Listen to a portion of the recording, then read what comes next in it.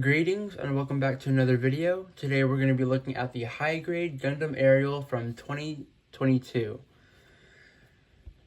And honestly, this kit feels like it came out yesterday. It's already 2025, and this kit still, it was really popular when it first came out, and now we have the GQuex anime going on right now, so yeah. Anyways, for the appearance, we have a nice head design with some clear parts, some stickers. Actually, the stickers on the aerial are separate stickers. They're not one sticker. Each eye is a separate sticker, and speaking of stickers, I guess I'll show you guys that. So those are the up here are number one is the eye stickers that I used. They also have a red variant, but I mostly use the gold variant, I think. There's a lot of stickers that are on here. Most of them are for the nice paneling, or I guess up here would be a nice example. Like the design going on in the chest here. Now, when you put these on, it's actually underneath. So if I were to peel this one back, you would see the design underneath it. Although I won't be doing that. But yes, there are clear parts that come with the extra parts stuff. The extra parts here on the runner are the clear parts that would require that sticker to be applied.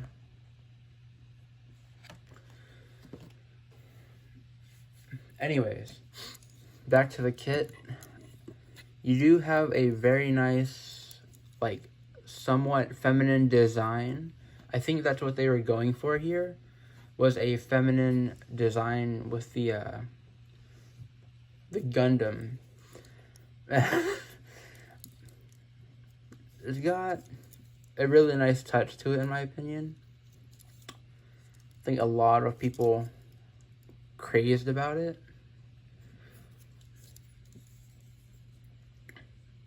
A very interesting design take. The rear of the feet here are color inaccurate, so you would have to paint that up.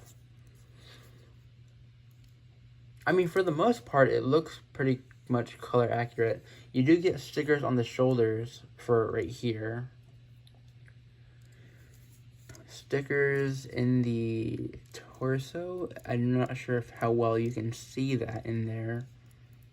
That right there. That little shiny bit. That shiny bit right there, that is a sticker, and it goes in for both sections in there.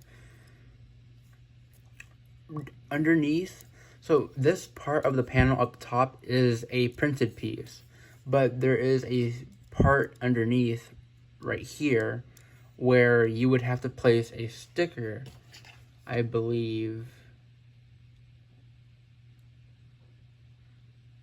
I'm looking at the sticker sheet right now, and I'm not sure.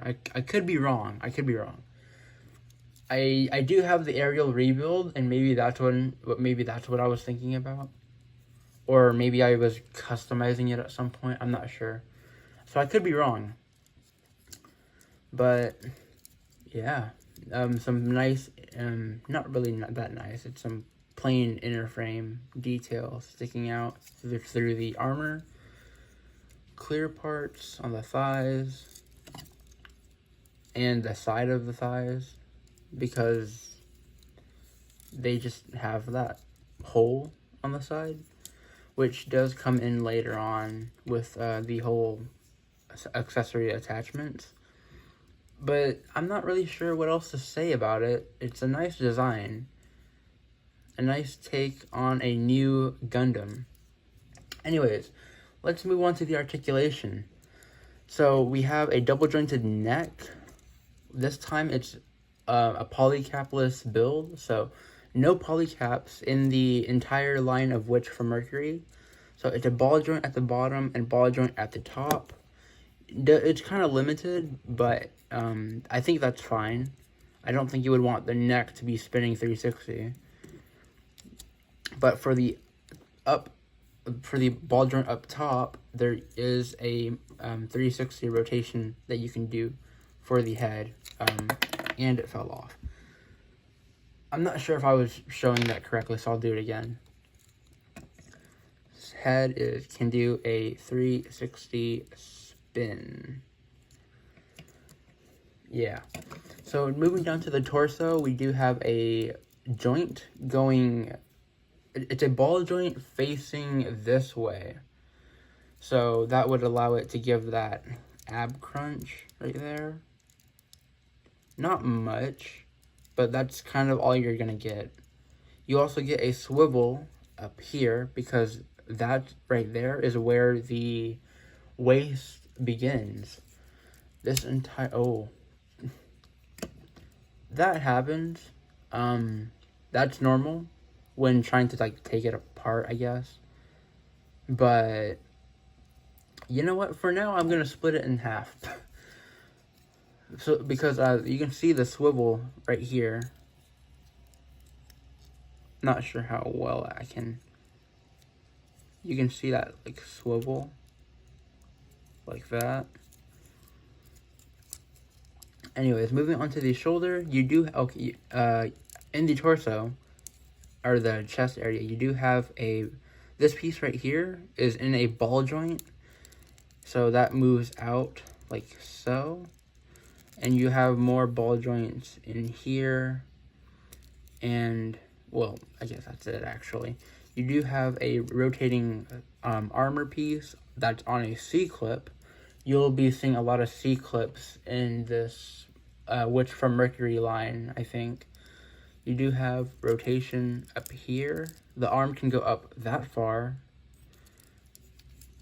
But it is on a two-part connection, so it does tend to split open, like those Iron-Blooded Orphans joints that you guys might be familiar with. You get a 360 swivel, a single-jointed elbow, just like that. That's all the joint that you're going to get from that. It's pretty well done. And then you have your standard ball joint wrist, like always. Moving down to the waist, you get more rotation. Another joint that can probably split. So I'm gonna put this back on, so you can see the full splits. It can pull those off, and front skirts are individual, but they can go up all the way that far. Hip skirts, or side skirts, I mean, can go up that far, down that far, and there's no rear flap, so you don't have to worry about articulation to the back, but to the front, you get about that much because of the front armor. But I think about that much, I think, is maximum with the armor in the way. But if you move the leg out a little bit, you can go up much further, go down, it can go back that far. In here we have that so there's a swivel that you can do in here in the waist, and there's a swivel at the top of the thigh. But of course, no 360 swivel because of how the armor is basically around the entire joint. But you do get a double jointed knee bend. So you get a joint here. Wait, is it 3 joints? You get a joint here, a joint here. Okay, no, yeah, that is 2 joints, yeah. I thought there was a joint like up here somewhere, but I guess I was wrong. And at the ankle, you get a ball joint. You get the ankle armor is on a ball joint, but I want to try and take this off, actually. Actually, no. I don't think I should be doing that for articulation reviews. But the ankle joint is on a C-clip, so it can go forward that far, and it can go backwards that far, so that is extremely good. Side to side, not so much. Ankle armor gets in the way, so that's about as much as you're going to get outwards, and inwards about that much. The rear calf, your heel, is going to be on a 360 rotation, and you do get a bit of a toe bend there. But yeah, that's pretty much the main kit. Now, moving on to the accessories. We have a beam effect. A very nice, cool beam effect. But then we have the beam rifle, which is a nice shape. I'm not really into it, but that it's nice. It's an interesting take on a beam rifle. There is a sticker up for the sight, but not really a fan of the sticker that they use. I mean, I guess it's somewhat color accurate, but I wish it was like a shinier sight. But yeah, the beam effect just slides on like so down the middle, and that is the beam rifle shooting out whatever beam, I guess. We do have an adapter, but I guess before we get to that, this is the type of rifle and hand where you have to sandwich the handle into the hand like this. Just sliding it on like so, and closing it up with the outer hand armor, if I can. There we go. Like that, and it just holds on like that. I think it does loosen up the wrist a little bit, so that's not ideal. But I guess if you're not displaying it with the rifle in hand, you just simply take out the rifle, close the hand back up, and put that back on. Take the beam effect out, and take the adapter here. The adapter will have a certain shape which will line up with the side here of the rifle, and you can actually peg it on this side or this side, so you can have it on either side when you have it put away. I guess for realistic reasons, I think it would be on this side, and then you can peg that onto the side of the thigh, just like that. So now that is how it is stored, I think. I don't actually remember how it is actually stored, but that is how it works. Or you could actually put that on the arm for, I don't know, some type of cool reason. But that is the beam rifle. Now, moving on to the main course, we have the escutcheon shield. This is a bit shield. So you have the entire shield right here that it can use. You just peg it onto the arm here, and just like it shows in the box art, it's a shield. But the main part of it is that it is a bit shield, so you can actually remove a bunch of parts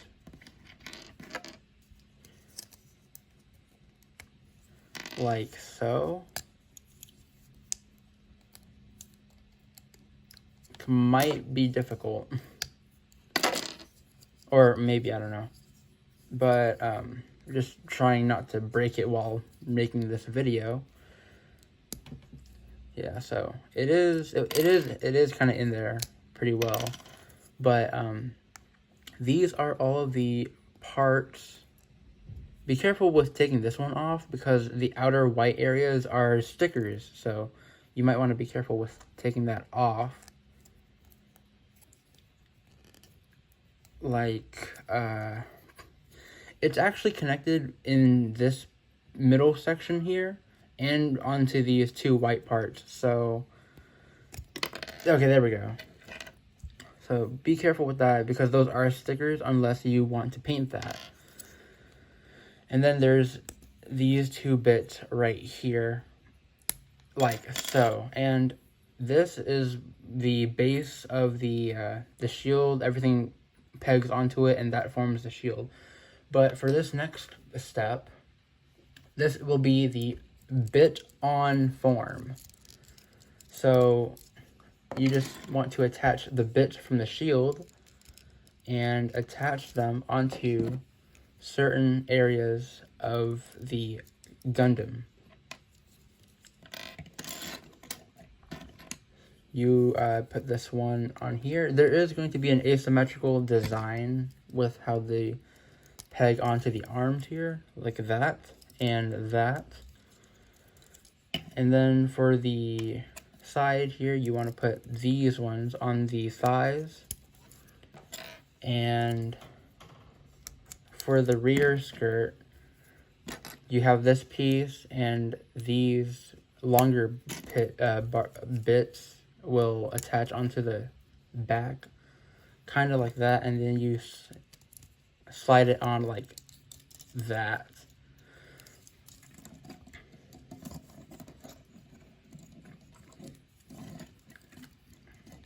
And then you can have the rifle back in the hand.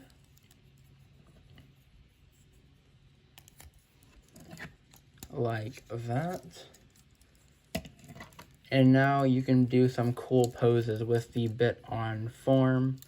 The wrist is loose once again, but I don't think it should take that much tightening that up. But yeah, I guess I'll throw it in a bit of a pose, or the classic Strike Gundam pose, maybe. I'm not actually. I'm doing this by memory, so I'm not really sure if this is how it goes. Ooh, that wrist is wobbly. So a little bit something like that. Now, something about the Witch from Mercury kits, I don't think it's common to get another hand piece. I think these are the only type of hands that you get. I think, oh wait, actually, no, I think it might be the other way around. I think they do come with the hand, extra hands, because I do have some size comparisons lined up that actually do have the extra type of hands. So there is the aerial.